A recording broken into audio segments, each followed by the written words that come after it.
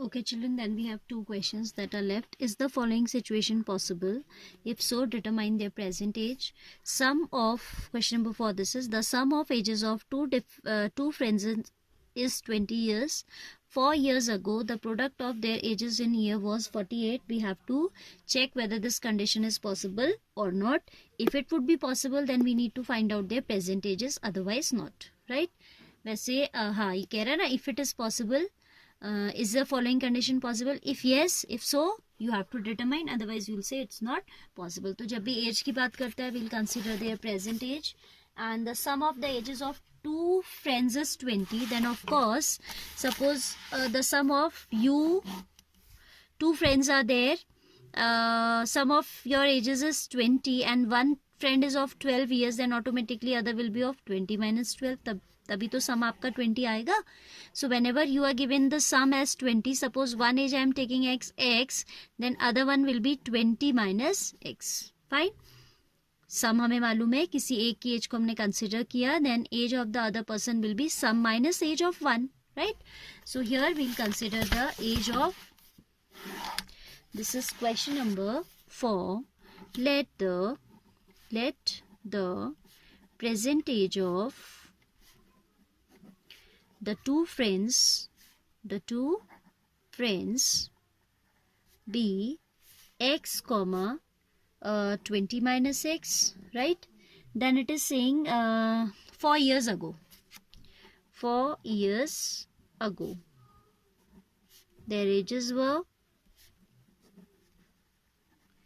what were their age then? Whoever is x years old right now, that person will be 4 years ago was of x minus 4. Suppose you are of 14 years right now.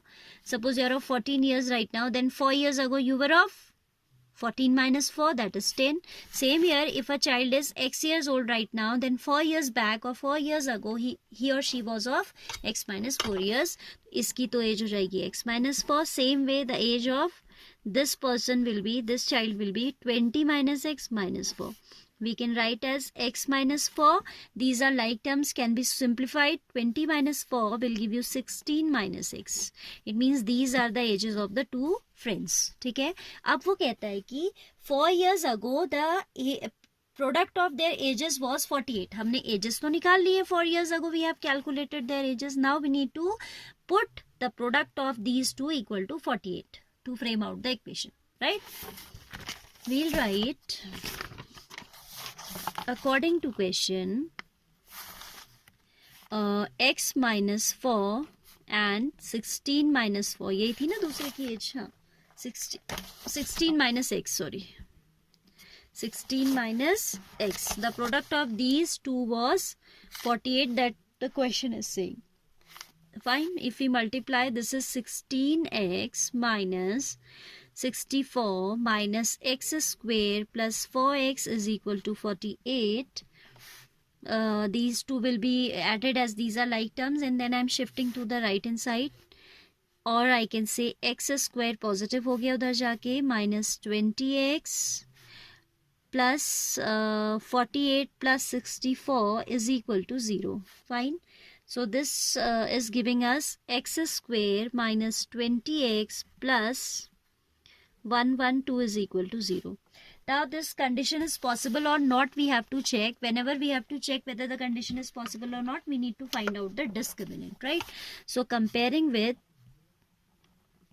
ax square plus bx plus c is equal to 0, a is 1, b is minus 20 and c is 112. So discriminant will be d is equal to b square minus 4ac, that is negative 20 square minus 4 into 1 into 112, that is equal to 400 minus 448, that is equal to minus 48, which is negative quantity. This implies d is less than 0, and in this particular case no real roots exist. तो जब root exist ही नहीं करते तो हम उन्हें find कैसे करेंगे? And root does not exist means this condition is not possible.